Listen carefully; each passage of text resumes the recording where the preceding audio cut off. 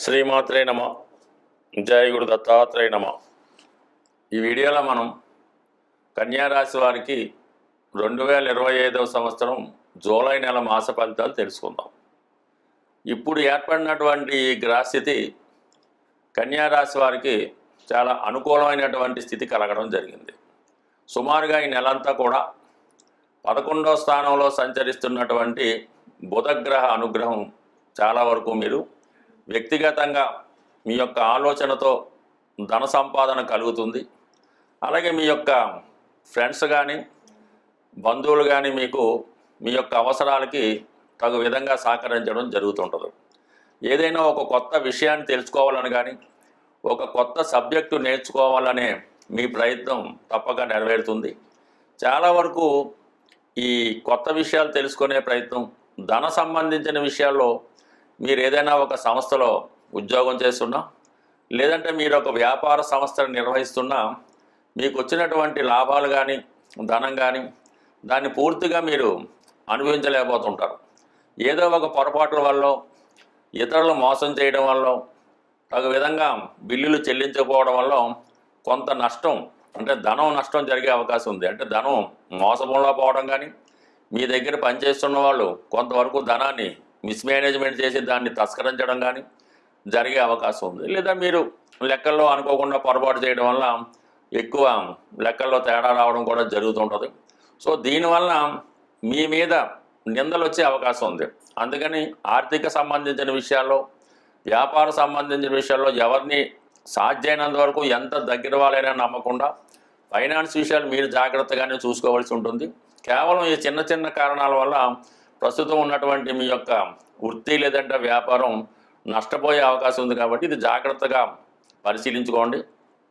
ఎందుకంటే ఇప్పుడు కుజుడు మీకు 12వ స్థానంలో సంచరిస్తున్నాడు. తృతీయ అష్టమాధిపతిగా కుజ కేతువులు వే స్థానంలో సంచరించడం వల్ల స్నేహితుల వల్ల, అన్నదమ్ముల వల్ల, సెల్ఫ్ మిస్టేక్స్ వల్ల, పొరపాట్ల వల్ల నష్టపోయే అవకాశం ఉంది. అలాగే ఇతరులకు సూటీ పెట్టడం వల్ల కానీ, హామీ పెట్టడం వల్ల కానీ వాళ్ళు ధనం చెల్లించకపోవడం వల్ల, మరి వారి తరపున మీరు ధనాన్ని తప్పనిసరి పరిస్థితిలో చెల్లించడం వల్ల కొంత ధనం కూడా బ్లాక్ అయ్యే అవకాశం ఉంది. కాబట్టి చాలా వరకు మరి కొంతవరకు ఈ పోలీస్ డిపార్ట్మెంట్ వల్ల అయితేనే, ఈ సంఘ విద్రోహులు, కొంత రౌడీ బ్యాచ్ వల్ల అయితేనే కొంతవరకు నష్టపోయే అవకాశం ఉంది. కాబట్టి బట్ ఏదైనా ఈ సమయంలో అందరూ ఏదో విధంగా మీ మీద ఆర్థిక పరమైన ఒత్తిడి తీసుకురావడం జరుగుతూ ఉంటుంది. ధనం వచ్చినప్పటికీ కూడా అది ఎక్కువగా ఈ విధంగా దుర్యోగం వేస్ట్ అవ్వడం జరుగుతుంది. కాబట్టి కొంతవరకు జాగ్రత్తగా పాటించడం మంచిది. సంబంధం లేని విషయాలకు దూరంగా ఉంటే మంచిది. ఇక ఏమైందంటే మనకి వ్యయాధిపతిగా ఉన్నటువంటి రవి దశమ స్థానంలో ఉంటూ చతుర్థాధిపతితో కలిసి ఉండడం వల్ల ఏదైనా స్థిరాస్తి అమ్మాలనే మీ ప్రయత్నం నెరవేరుతుంది. కానీ అది అంతగా అనుకూలత కాదు. ఈ సమస్యలు కొన్నాళ్ళ తర్వాత వాయిదా పడతాయి. కాబట్టి ఇప్పుడు స్థిరాస్తి అమ్మాలని కానీ ఏదో విలువైనటువంటి వస్తువులు అమ్మాలనే మీ ప్రయత్నం కొంతకాలం వాయిదా వేసుకుంటాం మంచిది. అంటే ఏదైనా వ్యాపార విస్తరణ కానీ ఇంకొక అవకాశాలు ఉంటే దాన్ని వాయిదా వేసుకోవడం మంచిది. సో ఏదైనా ఇప్పుడు ఉద్యోగపరంగా తప్పనిసరి మార్పులు ఇండికేట్ చేస్తున్నాయి.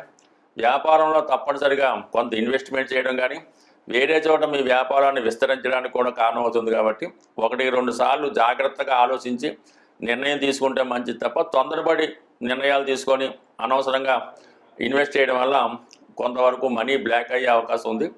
ఇతరులను నమ్మడం వల్ల కూడా వారు ఏదో చేస్తారని వారి కొరకు మీరు ఏదైనా వ్యాపారం పెట్టినా వారు మీకు హ్యాండ్ ఇచ్చే అవకాశం ఉంది. కాబట్టి చాలా వరకు జాగ్రత్తగా వ్యవహరించండి. జూలై 16 తర్వాత రవి 11వ స్థానంలోకి వచ్చి అక్కడ ఉన్నటువంటి బుధుడితో కలుస్తుంటాడు. ఇది కొంతవరకు ఏమవుతుందంటే అప్పటి వరకు ఆగిపోయినటువంటి కొంత ధనం చేతికి రావడం, విద్యార్థులకి ఏదో స్కాలర్షిప్ రూపంలోనో ఇంకొక రూపంలోనో ధనం రావడం వల్ల వాళ్ళ విద్యకి ఎటువంటి ఇబ్బంది ఉండదు. వ్యక్తిగతంగా మీకు కూడా కొంత ఆగిపోయిన ధనం చేతికి రావడం వల్ల కొంతవరకు మనీ రిటర్న్ కూడా జూలై 16 తర్వాత జరిగే అవకాశం ఉంది. బట్ ఏదైనా జూలై 16 నుంచి మొదటి 15 రోజుల కన్నా తర్వాత 15 రోజులు చాలా వరకు అటు అధికారుల సహకారం కలుగుతూ ఉంటుంది, వ్యక్తిగతంగా రొటేషన్ పెరుగుతూ ఉంటుంది, కొత్త ఖాతాదారులు ఏర్పడడం వల్ల అనుకూలంగానే ఉంటుంది. ఇక శుక్రుడు 9వ స్థానంలో ఉండడం వల్ల సడన్గా వ్యాపార రీత్యా కానీ ఏదైనా విహారయాత్ర వల్ల కానీ ఎక్కువగా దూర ప్రాంతంలో ఉన్నటువంటి పుణ్యక్షేత్రాన్ని దర్శించడం కానీ ఏదైనా ఒక విహారయాత్రలో పాల్గొనడం కానీ జరిగే అవకాశం ఉంది. ఒక ఎంటర్టైన్మెంట్ కార్యక్రమం, సరదాగా ఏదైనా ఫ్రెండ్స్తో కలిసి ఏదైనా పిక్నిక్ లాంటిది వెళ్ళడం కొంతవరకు కొంత రిలీఫ్గా ఈ నెలలో కొంతవరకు జరిగే అవకాశం ఉంది. అయితే 6వ స్థానంలో రాహు చాలా వరకు మీలో ఒక కొంత ధైర్యాన్ని, శత్రువులపై విజయాన్ని రావడం జరుగుతూ ఉంటుంది. ఎవరైనా మీతో తగు పెట్టుకోవాలన్నా, మిమ్మల్ని ఇబ్బంది పెట్టాలన్నా పెద్దగా ఇష్టపడరు. గతంలో శత్రువులుగా ఉన్నటువంటి వారు ఈ సమయంలో మిత్రులుగా మారడానికి కూడా చాలా వరకు ఈ గ్రహస్థితి అనుకూలిస్తుంది. బట్ ఏదైనా 7వ స్థానంలో శనిగ్రహ సంచారం వల్ల, శని రాశిని చూడటం వల్ల ప్రతి పని మీరు ఎంత తొందర అవ్వాలనుకున్నా అంత ఆలస్యం అవడం జరుగుతూ ఉంటుంది. అయితే ఖచ్చితంగా అవుతూ ఉంటుంది. ఇదే సమయంలో వివాహానికి చేస్తున్నటువంటి ప్రయత్నాలు ఏదో కారణం వల్ల వాయిదా పడుతుంటాయి. అలాగే భార్యాభర్తల మధ్య అది వృత్తిరీత్యా కానీ, ఆరోగ్యరీత్యా కానీ, వయసు వల్ల కానీ చాలా వరకు వివాహ బంధం దూరంగా ఉండే అవకాశం ఉంది. అంటే ఏదో విధంగా భార్యాభర్తల మధ్య ఎడబాటు లాంటిది కొంతకాలం పాటు ఈ సమయంలో ఉండడం జరుగుతూ ఉంటుంది. సో ఏదైనా ఈ నెల ప్రారంభంలో అన్ని గ్రహాలు కూడా 6, 12 స్థానాల మధ్య ఉండిపోయి ఒక విధమైనటువంటి అపసవ్య కాలసర్పదోషం ఏర్పడటం వల్ల ఎక్కువగా 6 అన్నది శత్రువులు, రుణాలు ఇవి ఎక్కువగా మిమ్మల్ని ఇబ్బంది పెడుతుంటాయి. అంటే సక్సెస్ వచ్చినప్పుడు కూడా సడన్గా ఏదో ఒక ఒత్తిడి వస్తూ ఉంటుంది. దాని తర్వాత అది సునాయాసంగానే క్యాన్సిల్ అవుతుంది. కానీ సడన్గా మాత్రం కొన్ని ఇబ్బందులు రావడం జరుగుతూ ఉంటుంది. ఇక వ్యయ స్థానంలో ఉన్నటువంటి గ్రహాల వల్ల అంటే ప్రతి విషయం కూడా ఖర్చుతోనే కూడుకొని ఉంటుంది. ముందు పని వచ్చిందంటే అది ఖర్చుతో కూడుకొని ఉంటుంది. కాబట్టి ఈ విషయంలో మాత్రం చాలా జాగ్రత్తగా వ్యవహరిస్తూ మరి ఈ వారం మీరు ఈ యొక్క పరిస్థితుల నుంచి బయటపడడానికి కంపల్సరిగా వీలున్నవాళ్ళు విష్ణు సహస్రనామం పారాయణ చేయొచ్చు. లేని వాళ్ళు విఘ్నేశ్వరుని గరికతో అర్చించడం కానీ, లేదంటే వెంకటేశ్వర స్వామి వారి ఆలయంలో స్వామివారికి తులసిమాలిచ్చి మరి గోవిందనామాలు చదువుకుంటూ అర్చన చేసుకోవడం వల్ల, అంటే ఏదన్నా విష్ణు ఆలయం దర్శించడం, విష్ణుకు సంబంధించిన పూజా కార్యక్రమాలు చేసుకోవడం వల్ల చిన్న చిన్న సమస్యల నుంచి బయటపడి మీ యొక్క రొటీన్గా మీ యొక్క పనులు పునఃప్రారంభమై ముందుకెళ్ళడం జరుగుతూ ఉంటుంది. స్వస్తి.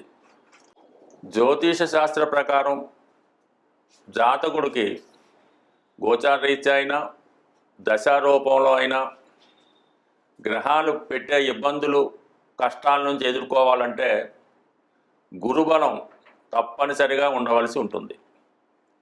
ఈ గురుబలం కొరకు మనం ఈ జూలై నెల అంటే మనకి ఆషాఢ మాసంలో జూలై 10వ తారీఖున గురు పౌర్ణిమ రావడం జరుగుతుంది.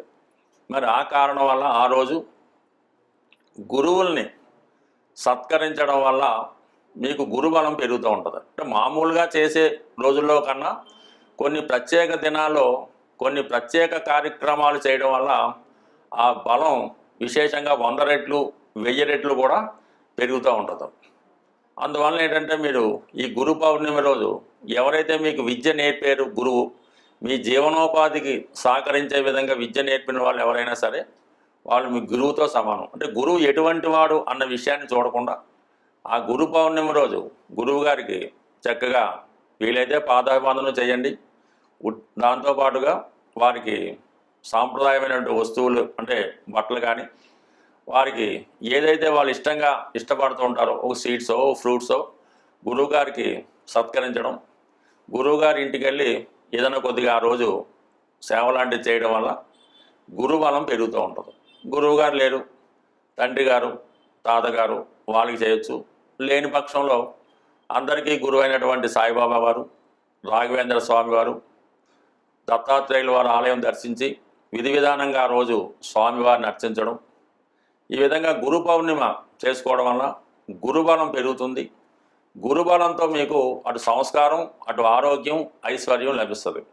అలాగే జాతకుడు జీవితంలో సుఖపడాలన్నా, స్త్రీలకు సౌభాగ్యం కలగాలన్నా శుక్రగ్రహం తప్పనిసరిగా జాతకంలో బలంగా ఉండాలి. అటువంటి శుక్రుని యొక్క అనుగ్రహం కోసం ఇదే జూలై నెల 25వ తారీఖు నుంచి శ్రావణ మాసం ప్రారంభమవుతుంది. ప్రారంభమై మనకి శుక్రవారంతో, శ్రావణ శుక్రవారంతో ప్రారంభమవుతుంది. కాబట్టి అది కేవలం ఈ శ్రావణ మాసం, శ్రావణ శుక్రవారం స్త్రీలకే కాకుండా మగవారు కూడా కంపల్సరీగా చేసుకోవలసి ఉంటుంది. ఆ రోజు కంపల్సరీగా ప్రతి శ్రావణ మాసంలో వచ్చే ప్రతి శుక్రవారం విధి విధానంగా నియమంగా ఉంటూ లక్ష్మీ అమ్మవారి ఆలయంలో అమ్మవారికి సౌభాగ్య వస్తువులు పెడుతూ సాధ్యమైనంత వరకు స్త్రీలకి, అంటే మీరు ఎవరైనా సరే స్త్రీలకి పేరంటం రూపంలో వాళ్ళకి తాంబూలం, దక్షిణ, వస్త్రాలు మీకు ఏది సమకూర్తే అది సమకూర్చడం. ముఖ్యంగా ఈ శ్రావణ మాసంలో అక్క చెల్లెలకు, తల్లిగారికి, అత్తగారికి, అంటే ఎవరైతే మీ రక్త సంబంధిక బంధువులు ఉన్నారో మీ శక్తి కొలది వారిని సత్కరించడం వల్ల, వారి ఆశీస్సులు పొందడం వల్ల వివాహపరమైన సమస్యలు సాల్వ్ అవుతాయి, మాంగళ్య బలం పెరుగుతూ ఉంటుంది, ఆర్థిక పరంగా అనుకూలంగా ఉంటుంది. అంటే ఒకే నెలలో అటు శుక్ర బలం పెంచుకోవడానికి, అటు గురు బలం పెంచుకోవడానికి అవకాశం రావడం జరిగింది. ఈ రెండు మనకి శుక్రబలం, గురుబలం పెడితే సమస్త గ్రహాలు కూడా అనుకూలంగా ఉంటాయి. కాబట్టి ఖచ్చితంగా శ్రావణ మాసం అంతా కూడా అమ్మవారికి ఇష్టంగా ఉంటుంది. కాబట్టి ఏదో ఒక అమ్మవారి ఆలయ దర్శించడం. ఇప్పుడు ఆషాఢ మాసం అంతా కూడా అమ్మవార్లకి, శ్రావణ మాసం అంతా కూడా లక్ష్మీ అమ్మవారి, విష్ణుమూర్తి దర్శించడం.